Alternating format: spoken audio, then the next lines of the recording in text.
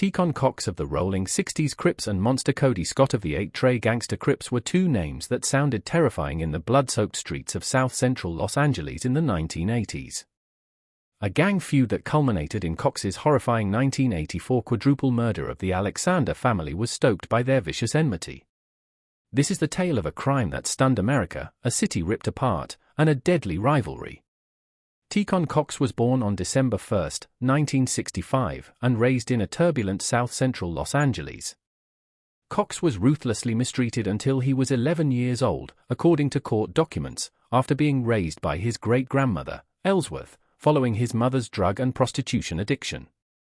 By his early adolescence, Cox was a well-known member of the Rollin 60s neighborhood Crip gang, earning the nickname Lil Fee due to his ruthless reputation. He was a main gunner in gang conflicts at the age of 12, mostly with their most dangerous rival gang, the 8-Tray Gangsta Crips. When Crip violence escalated in 1979, one of the bloodiest gang conflicts in Los Angeles began, in which the 8-Trays and Rollin 60s were involved. Cox was a prominent target by 1983, persistently harassing members of the 8-Tray gang, including 13-year-old Sanyika Shakur, also known as Monster Cody, who became known at that age for viciously beating a robbery victim. As a cold, calculating killer with an icy glitter in his eyes, Cox was a prime target for the 8-Trays, according to Cody's 1993 book Monster, the autobiography of an LA gang member. Monster and Cox had a deadly and personal rivalry. In Monster, Cody describes how he and the other members of 8-Tray were ambushed by Cox, a Rollin 60s enforcer, during the early 1980s gang conflicts. As a key player in the gang's attacks, Cody was shot by Rollin 60s members in 1981, most likely under Cox's influence. The feud intensified on New Year's Day 1981 when Lil Monster, Cody's younger brother, retaliated by shooting two teenagers in the Rollin 60s territory. This conflict was between two passionate young men fighting for control of South Central's criminal underworld, not over territory. At San Quentin, they would meet again, but on much different terms. On August 31, 1984, Cox's violent life would culminate in a disaster that would forever change his life. Cox and Darren Charles Williams entered into the wrong South Central home after being paid $60,000 by a bar owner to kill a family suing him for a shooting in 1983. The murder of Kermit Alexander took place at her kitchen table. Her grandsons and daughter were murdered in their beds. After two survivors scared the gunman away, they took off in a maroon van driven by accomplices. It was a fatal miscalculation that the intended targets resided 2 doors down. The killings revealed the roughneck gang culture that underpinned the Cox-Cody conflict, even if they were not instantly connected to it. Cody himself feared and respected Cox's commitment to acting without thinking, as was demonstrated by his career as a professional hitman.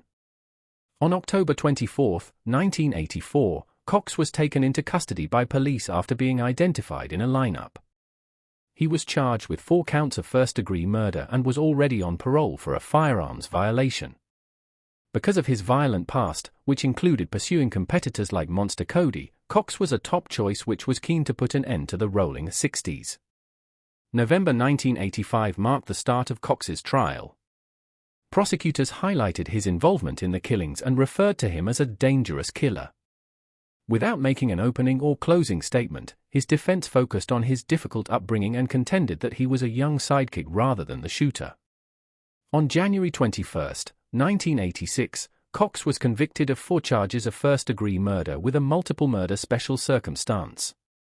It was on April 30, 1986, that Judge Roger Boren condemned him to death, calling him a menace to society.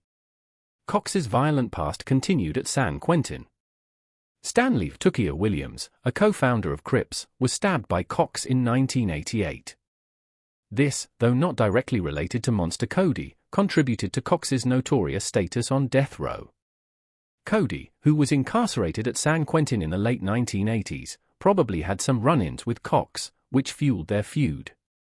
On July 18, 2000, Cox, Paul Tuileapa, and Noel Jackson attempted to escape San Quentin by forcing a hole in a chain-link fence with the intention of taking hostages. The failed attempt revealed ongoing security problems at the facility, and Cox's appeals on the grounds of ineffective representation due to unpresented evidence of an abusive childhood were rejected by the Ninth Circuit in 2009, upholding his death sentence. Cox and Monster Cody's feud served as a metaphor for the larger Crip-on-Crip violence, which took around 400 lives over the course of 20 years. While Cox remained a fearsome figure in prison, admired by some Crips despite his misdeeds, Cody, who passed away in 2021, subsequently abandoned gang life and embraced black nationalism. Death row awaits Tiequan Cox. He and more than 600 other death row inmates are kept alive by California's execution moratorium, which was put into effect in 2006 and renewed by Governor Newsom in 2019. His conflict with Monster Cody, who provided testimony regarding Cox's violent behavior, describes the violent gang culture prevalent in Los Angeles in the 1980s. While people who support Cox say he's sorry, maybe more for himself than his victims, Kermit Alexander continues to pursue justice. Was Cox a cold-blooded killer who thrived on mayhem, or was he a product of his circumstances, poverty, abuse, and gang life? Was his resentment of Cody the motivation behind his behavior, or was it merely a symptom of a greater tragedy?